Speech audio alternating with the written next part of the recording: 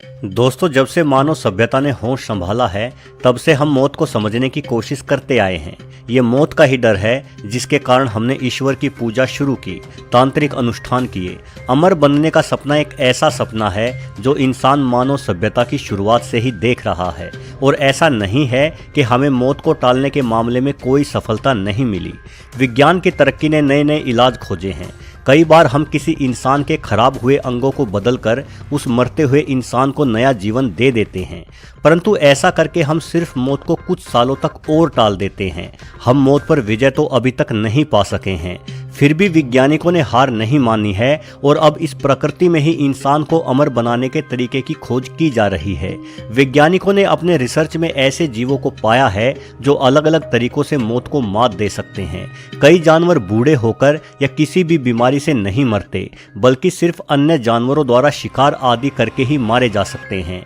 यानी ये जीव प्राकृतिक रूप से इस तरह से विकसित हो गए हैं कि इन्होंने मौत को भी हरा दिया है। तो आज के वीडियो में कुछ ऐसे ही जानवरों के बारे में जानते हैं। नेकेड मोल रैट। दोस्तों, देखने में ये चूहा आपको बेहद ही भद्दा लग सकता है।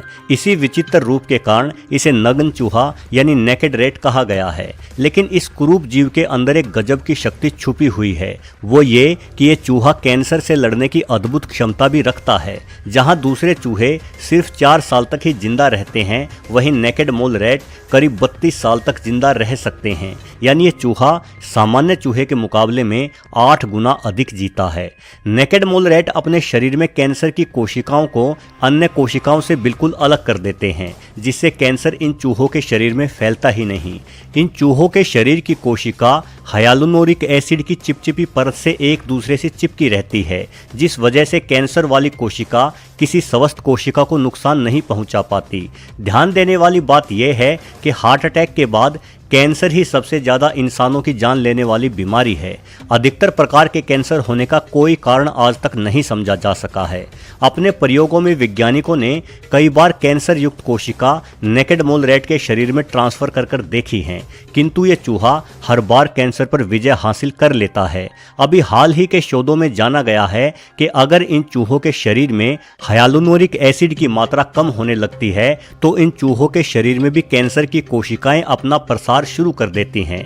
यानी अगर हमें कैंसर से लड़ना है तो हमें हाइलुरोनिक एसिड की तरह कुछ ढूंढना पड़ेगा ताकि हम भी कैंसर से लड़कर असमय मौत से बच सकें। हाथी। दोस्तों, शायद हाथी भी कैंसर का इलाज खोजने में हमारी मदद कर सकते हैं। एक हाथी में किसी चूहे से 2 लाख गुना अधिक कोशिकाएं होती हैं, तो हाथी को किसी भी कोशिका में आनुवांशिक गड़बड़ी की वजह से कैंसर होने की संभावना भी बेहद ही अधिक होनी चाहिए, क्योंकि जब भी कोई कोशिका विभाजित होती है तो नई बनी कोशिकाओं को भी डीएनए की कॉपी बनानी होती है, किंतु कई बार कॉपी बनाने में गलती हो जाती है, जिसके परिणाम स्वरूप ही कैंसर का जन्म होता है। अब जिस जीव में जितनी ज़्यादा कोशिकाएं होंगी उतना ही ज्यादा उस जीव में कोशिकाओं का विभाजन भी होगा, और लगातार होते विभाजन में गलती होने की संभावना भी ज्यादा ही होगी। परंतु हैरानी की बात तो यह है कि हाथी जैसे बड़े जीव में कैंसर होना बहुत ही दुर्लभ बात है।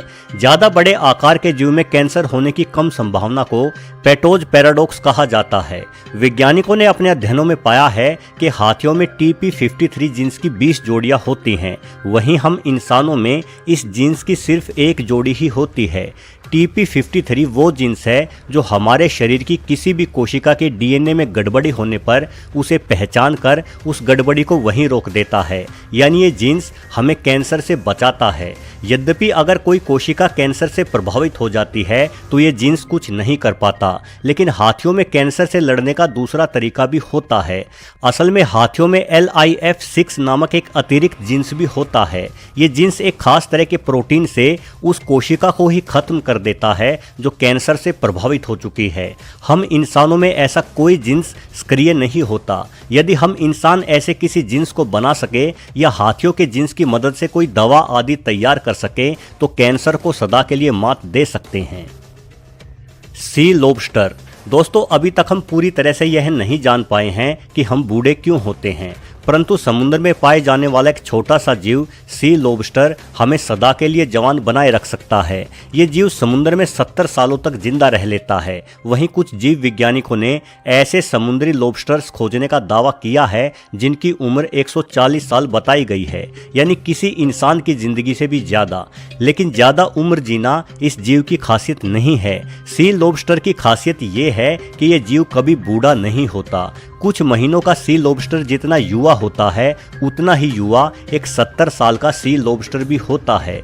ज्यादातर मौकों पर ये जीव बाहरी कारणों से, जैसे मछली पकड़ने के दौरान अन्य जानवरों के द्वारा शिकार किए जाने या किसी बीमारी की वजह से ही मारा जाता है। सी लोबस्टर में एक तरह की एंटी एजिंग की प्रक्रिया घटित होती रहती है।